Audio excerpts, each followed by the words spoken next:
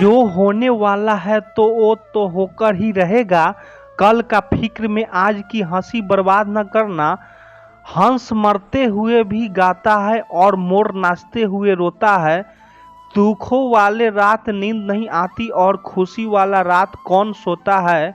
रिश्तों में वही रिश्ता सबसे अच्छा होता है जो किसी गलती के बाद हल्की सी मुस्कुराहट और थोड़ी सी माफी के साथ ही पहले जैसा ही हो जाता है। नमस्कार मित्रों, आप सभी का हमारे चैनल युवा इंस्पायर्ड हार्दिक स्वागत है।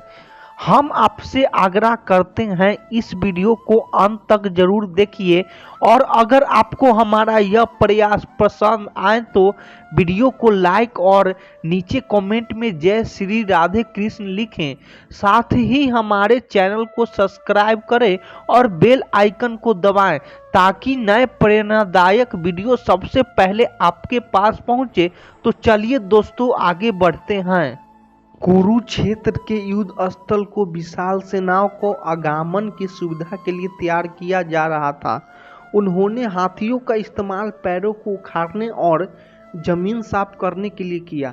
ऐसे ही एक पैर पर एक गौरैया अपने 4 बच्चों के साथ रहती थी। जब उस पैर को उखाड़ा जा रहा था तो उसकी घोंसला जमीन पर गिर गया, लेकिन चमत्कारी रूप से उसकी संतानें अनहोनी से बच गई। लेकिन वो अभी बहुत छोटी होने के कारण उड़ने में असमर्थ थे। कमजोर और भयभीत गौरियों मदद के लिए इधर उधर देखती रही। तभी उसने कृष्ण को अर्जुन के साथ वहां आते देखा। वे युद्ध के मैदान की जांच करने और युद्ध की शुरुआत से पहले जीतने का रणनीति तैयार करने के लिए वहां गए थे। उसने कृष्ण के रथ तक पहुंचने के लिए अपने छोटे पंख फड़फड़ाए और किसी प्रकार भी कृष्ण के पास पहुंचे।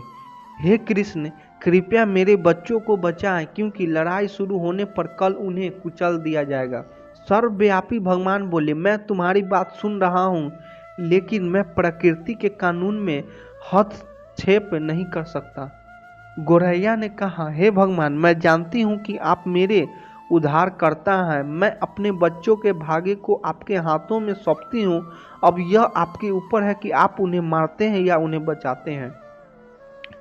काल चक्र पर किसी का बस नहीं है। श्री कृष्ण ने एक साधारण व्यक्ति की तरह उससे बात की, जिसका आशय था कि वह ऐसा कुछ भी नहीं था जिसके बारे में वो कुछ भी कर सकते थे। गौरैया ने विश्वास और श्रद्धा के साथ कहा, प्रभु, आप कैसे और क्या करते हैं वो मैं नहीं जान सकती। आप स्वयं काल के नियंता, यह मुझे पता है। मैं सारी स्थिति एवं परिस्थिति एवं स्वयं को परिवार साबित कर सकता हूँ। भगवान बोले, अपने घोंसले में 3 सप्ताह के लिए भोजन का संग्रह करो। गौरैया और श्री कृष्ण के स्वाद से अभिनव अर्जुन गौरैया को दूर भगाने की कोशिश करते हैं। गौरैया ने अपने पंखों को कुछ मिनटों के लिए फुलाया और फिर अपने घोंसलों में वापस चली गई। 2 दिन बाद शंख के उद्घोष से युद्ध शुरू होने की घोषणा की गई। कृष्ण ने अर्जुन से कहा कि अपने धनुष को बाण मुझे दो। अर्जुन चौंका क्योंकि कृष्ण ने युद्ध में कोई भी हथियार नहीं उठाने की शपथ ली थी। इसके अतिरिक्त अर्जुन का मानना था कि वह ही सबसे अच्छा धनुधर है। मुझे आज्ञा दे। भगवान अर्जुन ने दृढ़ विश्वास के साथ कहा, मेरी तीरों के लिए कुछ भी अवच्छेद नहीं है। चुपचाप अर्जुन से धनुष लेकर कृष्ण से एक हाथ को निशाना बनाया, लेकिन हाथ को मार के नीचे गिराने के बजाय तीर हाथ के गले के घंटी पे जाके टकराया और एक चिंगारी सी लड़ गई।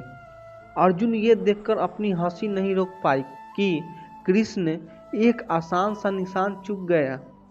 क्या मैं प्रयास करूं? उसने स्वयं को प्रस्तुत किया। उसकी प्रतिक्रिया को नजरअंदाज करते हुए कृष्ण ने उन्हें धनुष वापस दिया और कहा कि कोई और कार्रवाई अब शक नहीं है।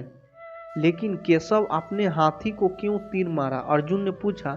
क्योंकि इस हाथी ने उस गौरैया के आश्रय उसके घोंसले के जो कि एक पैर पर था उसकी गिरा दिया था।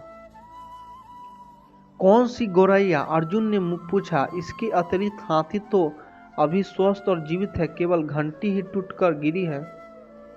अर्जुन के सवालों को खारिज करते हुए कृष्ण ने उसे शंख फूंकने का निर्देश दिया। युद्ध शुरू हुआ। अगले 18वां दिन में कई जाड़े चली गई। अंत में पांडवों की जीत हुई।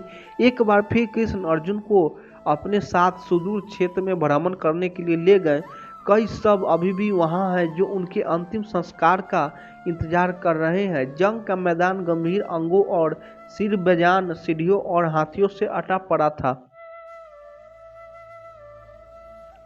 कृष्ण ने एक निश्चित स्थान पर रुके और एक घंटी जो कि हाथी पर बांधी जाती थी उसे देखकर विचार करने लगे। अर्जुन, उन्होंने कहा कि आप मेरे लिए यह घंटी उठाएंगे और इसे एक तरफ रख देंगे। बिल्कुल सरल था, परंतु अर्जुन को समझ में नहीं आया। आखिरकार विशाल मैदान में जहां बहुत भी अन्य चीजों को साफ करने की जरूरत थी, श्री कृष्ण उसे धातु के एक टुकड़े को रास्ते से हटाने के लिए क्यों कहेंगे? उसने प्रश्नवाचक दृष्टि से उनकी ओर देखा।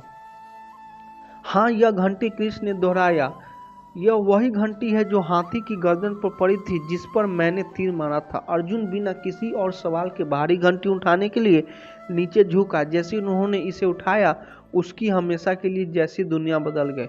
1 2 3 4 और 5 4 युवा पक्षियों और उसके बाद एक गौरैया उसी घंटी के नीचे से निकले।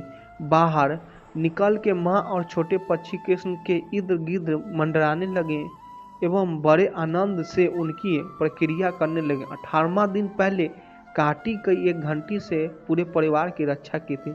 मुझे क्षमा करें हे कृष्ण, अर्जुन ने कहा। आपको मानव शरीर में देखकर और सामान्य मनुष्य की तरह व्यवहार करते हुए मैं भूल गया था कि आप वास्तव में कौन हैं।